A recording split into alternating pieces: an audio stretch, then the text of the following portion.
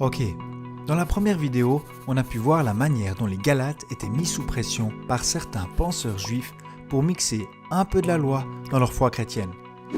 Paul débarque et dit « Mais qu'est-ce qui se passe chez vous les gars? Pourquoi écoutez-vous ces chrétiens légalistes de Jérusalem?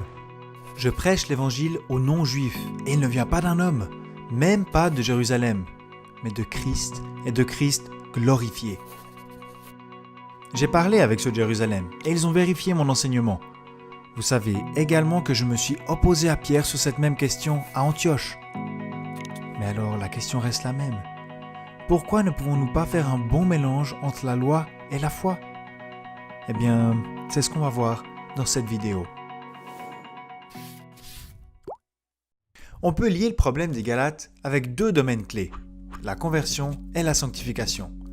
La conversion, ou justification, est traitée dans les chapitres 3 et 4, et la sanctification dans les chapitres 5 et 6.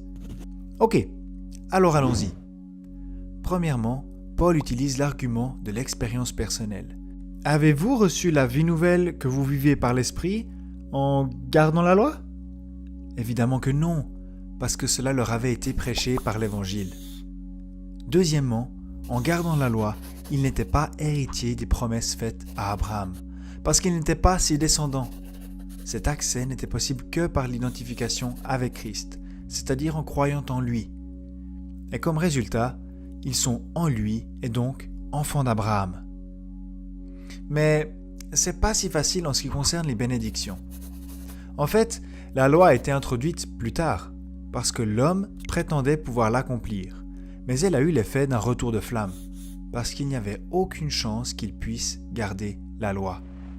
C'est pour ça que Christ est mort comme substitut pour tous les hommes, et les bénédictions d'Abraham peuvent à nouveau couler. Alors Paul se demande, mais pourquoi voulez-vous retourner à la loi alors que vous en avez été libérés? Ensuite, Dieu avait fait une promesse à Abraham avant qu'il donne la loi. Donc, logiquement, la promesse ne peut pas être obtenue par la loi. Pour finir, la loi et la promesse sont complètement différentes dans leur origine et leur but. Dans le cas de la loi, elle a été placée par des anges entre les mains d'un intermédiaire, Moïse. Au contraire, Dieu a fait une promesse aux descendants d'Abraham. Ce descendant était Christ, et Christ est Dieu. Cette promesse prend place dans la Trinité. Il n'y a donc pas d'intermédiaire, parce que Dieu est un. Mais est-ce que ça signifie que la loi et la foi sont rivales? Non, parce que dire qu'il y a une compétition voudrait dire que nous comparons deux choses similaires, ce qui n'est pas le cas du tout. Le but de la foi est d'amener la vie au travers de Christ. La loi nous condamnerait en toutes circonstances à la prison. Nous sommes tous coupables. Mais Jésus-Christ donne la clé. Alors, ne retourne pas à la loi, parce que tu retourneras direct en prison. La seule solution est de mourir avec Christ, et c'est ce que nous exprimons par le baptême, et ensuite de revêtir Christ.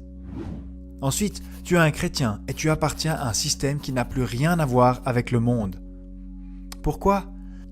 Parce que nous sommes en Christ, et toutes les différences s'arrêtent ici. Dans le chapitre 4, Paul utilise une nouvelle image. Il compare la vie sous la loi avec un enfant sous tutelle.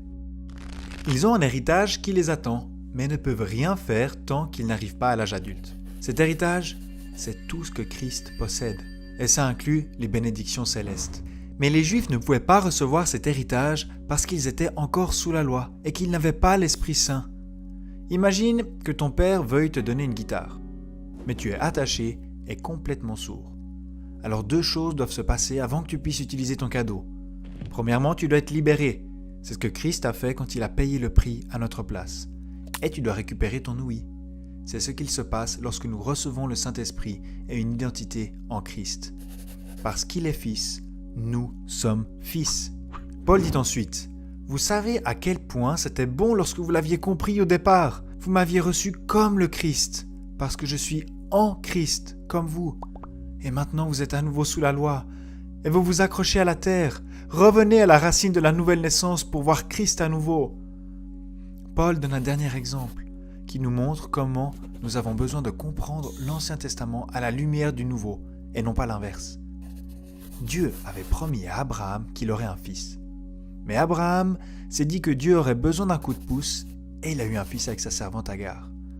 Après ça, Sarah est quand même tombée enceinte miraculeusement et d'un coup, il y avait un petit problème. Un enfant était le résultat de la volonté propre et l'autre le résultat de la promesse. L'apôtre Paul nous raconte ce qu'il a appris de Dieu concernant cette situation. Agar, la servante, est une image du mont Sinaï, qui est la loi.